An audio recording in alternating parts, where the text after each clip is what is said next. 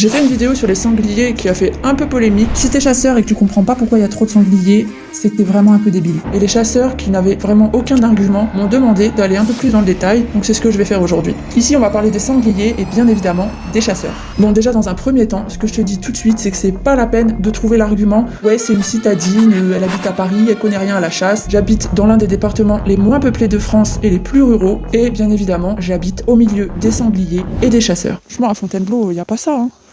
En région parisienne, y a pas ça.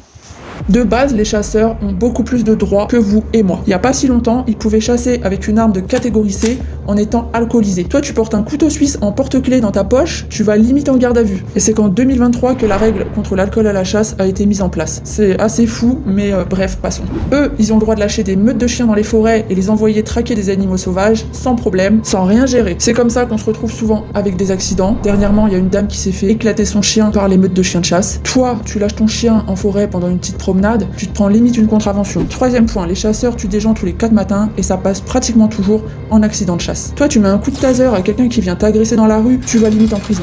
Les chasseurs, eux, ont le droit de pratiquer des actes de cruauté sur les animaux sans être inquiétés. Et d'ailleurs, c'est même pas surveillé. Normalement, il y a des gardes de chasse, mais c'est eux-mêmes des chasseurs et franchement, je suis pas sûr qu'ils fassent vraiment le taf. Parfois, ils filment eux-mêmes leurs petites prestations et je vous montre tout de suite ce que ça donne. On va sûrement flouter les vidéos pour vous éviter d'être traumatisés, mais si vous voulez les voir, rendez-vous sur les réseaux sociaux de Futur.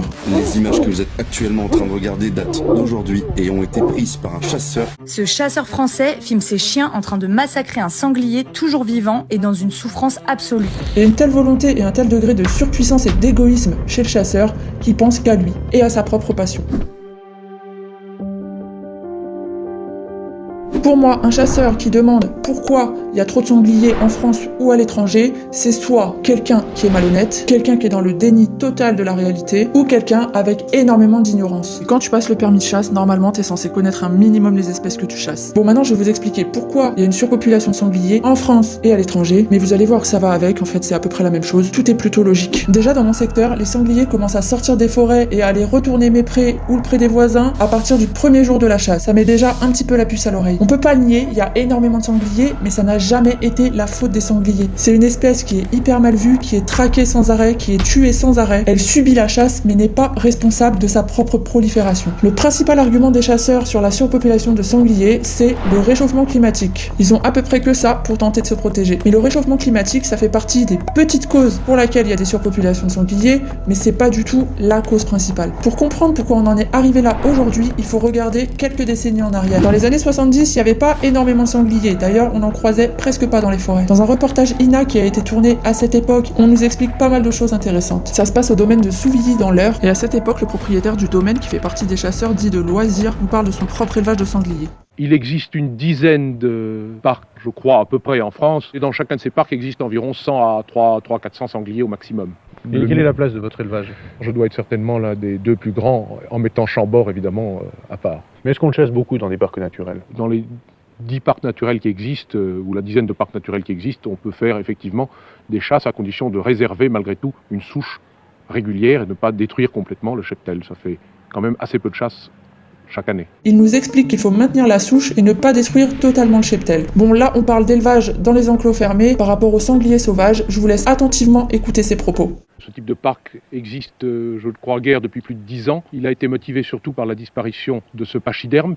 La disparition de ces animaux a amené un certain nombre de propriétaires à créer des enclos réservés à ces animaux. Ils peuvent donc être chassés quasiment en toute saison, d'où leur disparition. Il a tout dit. L'élevage du sanglier a été motivé par sa disparition. Vous avez bien entendu, par sa disparition. C'est exactement ce que je vous disais tout à l'heure, c'est-à-dire que dans les années 70, il y avait très peu de sangliers. Et pour le coup, c'est pas un animaliste ni un naturaliste qui l'affirme, c'est bien un chasseur. Les chasseurs de 2025 seraient vraiment plus crédibles à l'assumer plutôt qu'à essayer de le cacher par tous les moyens. Voilà, on a la base. À partir de la fin des années 70, il manquait énormément de gros gibier à tirer et à chasser dans les forêts. C'est là que les chasseurs ont décidé de manipuler génétiquement les sangliers et de relâcher dans la nature des hybrides. Ils ont croisé des sangliers avec des truies domestiques reproductrices ou inversement des cochons mâles avec des laits. Ça a donné 2 races hybrides, les cochons gliers et les sanglochons. Bon, on va continuer à parler des sangliers, mais avant ça, je vais vous montrer comme c'est beau la campagne.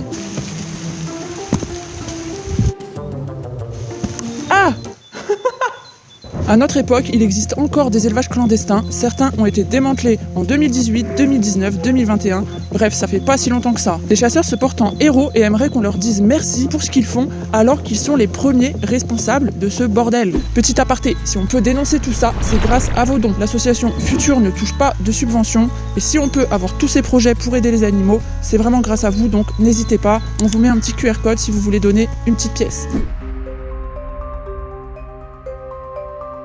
L'agrainage, ça consiste à nourrir volontairement les animaux sauvages avec des céréales et notamment du maïs. Ce qui paraît, l'agrainage c'est interdit, je crois. Chaque fois que je viens dans ce coin-là, il y a du maïs par terre, c'est un truc de dingue. Ça a vraiment commencé à la fin des années 70, au moment où les chasseurs ont voulu repeupler l'espèce. Tous les stratagèmes de repeuplement ont été mis en place en même temps et ça a fait exploser les populations de sangliers. Mais au bout d'un moment, à trop tirer sur la corde, on s'en sort plus et on n'arrive plus à gérer. C'est exactement ce qui se passe aujourd'hui. À la base, les sangliers sont des nomades, c'est-à-dire qu'ils se déplacent en fonction de la quantité de nourriture disponible.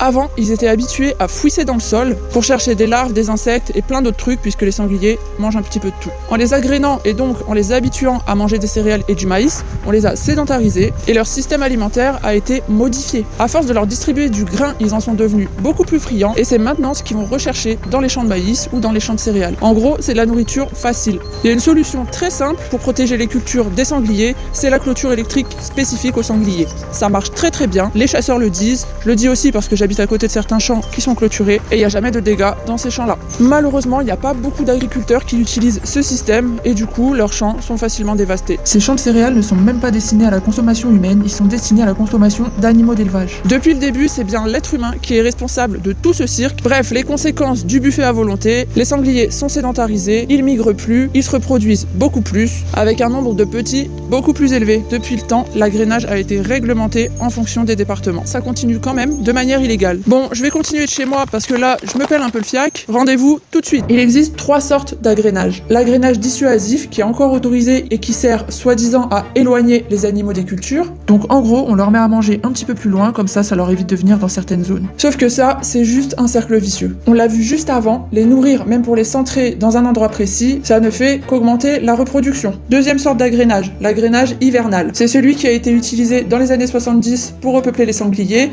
et c'est encore celui qui est utilisé actuellement illégalement. En gros, ça consiste à complémenter les animaux sauvages. Les personnes qui font encore ça aujourd'hui le font par profit, en toute conscience et de manière illégale. Ensuite, il y a l'agrainage d'appât. Alors celui-là, il est vraiment dégueulasse. En gros, ça sert à attirer les animaux dans un point précis pour les tirer. Petite parenthèse, n'oubliez pas que les chasseurs ne sélectionnent pas les animaux qu'ils tuent. En gros, ils vont pas aller chercher à éliminer les sangliers les plus reproducteurs ou les laies reproductrices. Ce qu'ils recherchent principalement, c'est les plus gros sangliers qui font des plus beaux trophées. On voit tous les jours sur les réseaux sociaux, la seule chose qui les intéresse, c'est de faire des concours de qui est la plus grosse, sauf que là, le concours, c'est qui a le plus gros et le plus lourd sanglier. Les principaux prédateurs des marcassins et des sangliers sont le loup, le lynx et parfois l'ours. Soyons un peu logiques, s'il n'y a pas de prédateurs, c'est tout à fait normal que le nombre de sangliers parte à la hausse. À la base, les prédateurs ont un rôle à jouer dans la régulation du sanglier. Mais pas que. La présence des prédateurs est aussi censée influencer le comportement des sangliers. C'est-à-dire qu'elle engendre plus de dispersion, que les sangliers passent moins de temps à s'alimenter et qu'il y a une influence négative sur la reproduction. Et c'est exactement ce qu'on veut. Si on veut éliminer les loups aujourd'hui, c'est principalement pour protéger les éleveurs. On en revient exactement à ce que je disais tout à l'heure, tout est ultra lié et connecté, et l'invention de l'élevage à destination des humains est aussi un facteur perturbant. Quand on ajoute tout ce qu'on a dit avant, ça commence à faire beaucoup. Donc il n'y a plus du tout de prédateurs, ou il y en a très très peu dans certaines régions, et quand de nouveaux loups arrivent sur le territoire, on veut les éliminer. D'ailleurs, pas mal de chasseurs ont râlé sous prétexte que le loup leur faisait trop concurrence et tuait trop de sangliers. Il n'y a absolument rien de crédible là-dedans. Tiens, je te laisse écouter le patron des chasseurs, il le dit lui-même. Mon métier, c'est pas chasseur. J'en ai rien à foutre de réguler. Quand vous entendez un chasseur dire qu'il est indispensable à la nature, c'est totalement faux. La nature s'est toujours débrouillée parfaitement toute seule, jusqu'à ce que l'être humain veuille prendre le relais et foutre le bordel. Bon, je sais, là on va me dire, le loup est dangereux pour l'homme, on va se faire dévorer. Il n'y a pas eu beaucoup d'accidents entre le loup et l'homme, mais par contre, entre le chasseur et l'homme, là c'est une autre histoire.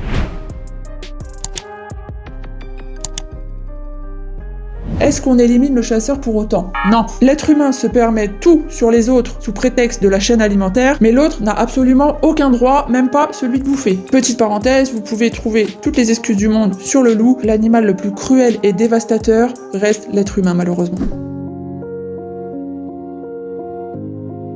On reproche souvent beaucoup de choses aux sangliers, de provoquer des accidents, de détruire les cultures, ou encore de trop venir en ville. Entre la déforestation qui crée des pertes d'habitat chez les animaux, la monoculture d'arbres qui entraîne une pauvreté des sols, avec une diminution des ressources alimentaires, forcément les sangliers se déplacent et étendent leur territoire. Moins il y a de forêt, moins il y a de ressources. Je vous ai amené dans un nouvel endroit où toute la forêt a été rasée, et la seule petite partie qui reste, tout là-bas, elle est toujours là, elle est toujours vivante parce que c'est la mienne et j'ai refusé qu'ils l'arrachent. Les coupes rases et la déforestation, ça fait aussi partie des causes pour lesquelles les sangliers sortent des forêts. Ça augmente forcément le déplacement des sangliers vers les terres agricoles ou vers les zones urbaines. D'ailleurs, plus il y a de déchets accessibles en ville et plus il y aura de sangliers. Avec la fragmentation des territoires, il y a une perte de diversité génétique. Les habitats naturels des animaux sont petits et divisés en plusieurs morceaux. Les animaux traversent les routes et ça crée des collisions. Je dis pas qu'il faut retirer les routes, mais il faudrait trouver un peu plus de solutions, par exemple en créant un peu plus de passages pour les animaux sauvages. Si on écoute les chasseurs, il faudrait tuer tout le monde pour pas que l'être humain soit dérangé, mais tuer tout le monde pour nos beaux yeux, c'est pas du tout la solution. Des chercheurs espagnols de l'université de Barcelone ont étudié des méthodes de stérilisation pour les sangliers. Évidemment, les chasseurs s'y opposent fortement et trouvent toutes les excuses du monde pour ne pas qu'elles soient pratiquées. Ça ferait un peu moins de sangliers à tirer et c'est pas bon pour le loisir. Donc au début, ils ont utilisé un contraceptif oral, mais c'était très difficile de cibler uniquement les sangliers et pas les autres espèces. Je vais pas rentrer trop dans le détail sinon ce serait beaucoup trop long, mais à partir de là, des vaccins ont été mis en place. Logistiquement, ils ont trouvé ça assez compliqué et très cher. C'est quelque chose qui peut marcher. D'ailleurs, on a déjà fait des campagnes de vaccination sur les animaux sauvages et ça a porté ses fruits. Ces vaccins-là étaient pratiqués sur les renards pour éradiquer la rage à la fin des années 70 et ça a été un franc succès. Quand on propose aux chasseurs de tirer des fléchettes contraceptives plutôt que de tirer des balles sur les animaux, ça leur plaît pas. Ils se dédouanent totalement de la situation et disent même qu'ils sont pas des agents de l'État. Bon, en gros, ils ont pas envie quoi. Trouver des solutions pour stériliser les sangliers, ça n'arrange pas du tout les chasseurs. Même si cette méthode-là n'est pas optimale sur les sangliers, elle reste une solution envisageable. Alors peut-être que logistiquement, c'est pas forcément simple, peut-être que ça a un coût, mais les chasseurs vont s'amuser à tuer des animaux 3 fois par semaine, ils vont pas nous dire qu'ils n'ont pas le temps ni les moyens logistiques pour faire quelque chose. C'est juste qu'ils veulent pas le faire. Il suffirait d'investir un petit peu dans la recherche, mais on le sait, diminuer les populations de sangliers, c'est pas le but principal des chasseurs. Bon, dans tous les cas, on envisage quand même de coloniser l'espace. Vous allez pas me dire que c'est impossible de trouver une solution éthique pour les sangliers. Vous l'avez compris, les chasseurs sont de sacrés escrocs. La surpopulation de sangliers les empêche pas de faire des élevages pour satisfaire leurs petits besoins dans les parcs clôturés. C'est un business lucratif. Dans la nature, les sangliers sont traqués sans arrêt et extrêmement perturbés. Ils sont principalement chassés en battu avec des chiens courants. C'est-à-dire que les chiens sont envoyés à leur poursuite, souvent pendant plusieurs heures, jusqu'à ce qu'ils les mettent aux fermes. Ça veut dire que le sanglier se retrouve encerclé par tous les chiens, mordu, attaqué, complètement paniqué. En gros, c'est quand le sanglier n'a plus d'issue. Et c'est à ce moment-là qu'il peut devenir dangereux pour le chien. Il cherche juste à sauver sa vie, quoi. Les chasseurs filment souvent ces scènes-là pour les mettre sur les réseaux sociaux, alors que c'est ultra dangereux pour leur chien. Et ils se plaignent après de retrouver leur chien blessé, voire tué par un sanglier, et vont aller remettre la faute, évidemment, sur le sanglier. Ils disent qu'ils aiment leur chien, mais ils prennent aussi beaucoup de risques en envoyant leur chien sur des sangliers. On le sait, aujourd'hui il y a la maladie d'Ojeski qui est mortelle pour les animaux. Ça fait quand même beaucoup de risques pour les soi-disant chiens qu'ils aiment et qui font partie de la famille. Les chasseurs essaient toujours de se défiler, donc quand tu leur expliques quelque chose, ils vont aller te chercher un autre problème. En l'occurrence, là, je sais qu'ils vont me demander « Mais comment t'expliques que c'est un phénomène mondial ?» Eh bien tout simplement parce que c'est exactement la même chose. Croisement volontaire, réintroduction dans plusieurs pays du monde, extermination massive des prédateurs et manque de prédateurs. On ajoute à ça les importations pour satisfaire la chasse sportive de loisirs dans plein de pays comme la France, l'Australie, l'Argentine. D'ailleurs, certains sangliers se sont échappés des parcs. L'agrainage, c'est mondial aussi. Et voilà, c'est supposé être installé carrément ailleurs. Et dedans, c'est full of maïs. La fuite d'élevage aussi, donc il faut pas trop se poser la question. D'ailleurs, au XIIIe siècle, au Royaume-Uni, le sanglier avait pratiquement disparu. Et ça, à la suite des chasses intensives. À partir de là, d'autres sangliers ont été importés pour satisfaire cette chasse de loisirs et ont formé de nouvelles populations. Certains pays d'Europe, comme la Suède ou l'Estonie, ont eux aussi été recolonisés. Bref, c'est pareil partout. Maintenant, je sais que les chasseurs vont encore trouver une autre excuse, Israël. Donc je vais vous répondre sur Israël. Déjà, tout le pays n'est pas concerné par le problème. Il s'agit principalement de la ville d'Haïfa. Alors oui, il y a eu un arrêt de la chasse à un moment donné, mais comme ailleurs, il n'y a aucun prédateur, c'est pratiquement partout du désert, et il y a surtout dans toute cette ville une extrême mauvaise gestion des ordures. Les sangliers viennent en profiter, ils trouvent de la bouffe à foison, et comme je vous l'ai expliqué au début, plus il y a à manger, plus ils s'installent, et plus ils se reproduisent. On le voit depuis des années, chasser, tuer, bombarder les animaux n'a jamais été la solution. Ça n'a rien changé au problème des sangliers. Comme on l'a vu juste avant, il existe des solutions, mais ces solutions-là sont très peu exploitées. Pourquoi ? Parce que la chasse reste avant tout un loisir. L'une des excuses les plus répandues des chasseurs, c'est de dire qu'ils chassent pour leurs chiens parce que ça leur fait plaisir, parce que c'est naturel pour eux et qu'ils adorent ça.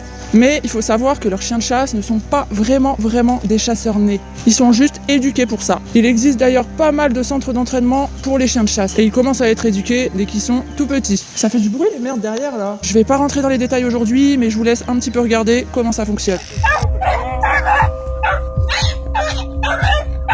Chope-le. Finalement, c'est peut-être pas si naturel que ça. Et au pire, ils peuvent faire comme tout le monde, c'est-à-dire prendre leur chien et aller se balader dans la forêt. On sait très bien que les chiens adorent ça. Et ça leur suffit largement. Mais non, eux se contentent de sortir leur chien en période de chasse, et à côté de ça, toutes les meutes restent dans les chenils. Bref, le matin, les chasseurs viennent dans certaines zones pour faire le pied. C'est-à-dire qu'ils recherchent les traces de sangliers. Et ensuite, ils viennent se poster dans la zone où les sangliers sont passés. Une fois qu'ils sont passés et qu'ils ont fait fuir tous les animaux, ils refont la même chose le lendemain, et les jours suivants, et les semaines suivantes, etc., tout le long de la période de chasse. Sauf que les sangliers n'ont plus aucun endroit sécurisé pour se poser. Ils sont toujours en mouvement. Ils se déplacent d'endroit en endroit. Ils vont détruire à gauche, ils vont détruire à droite, ils vont détruire de l'autre côté. C'est un cercle vicieux, inutile et cruel.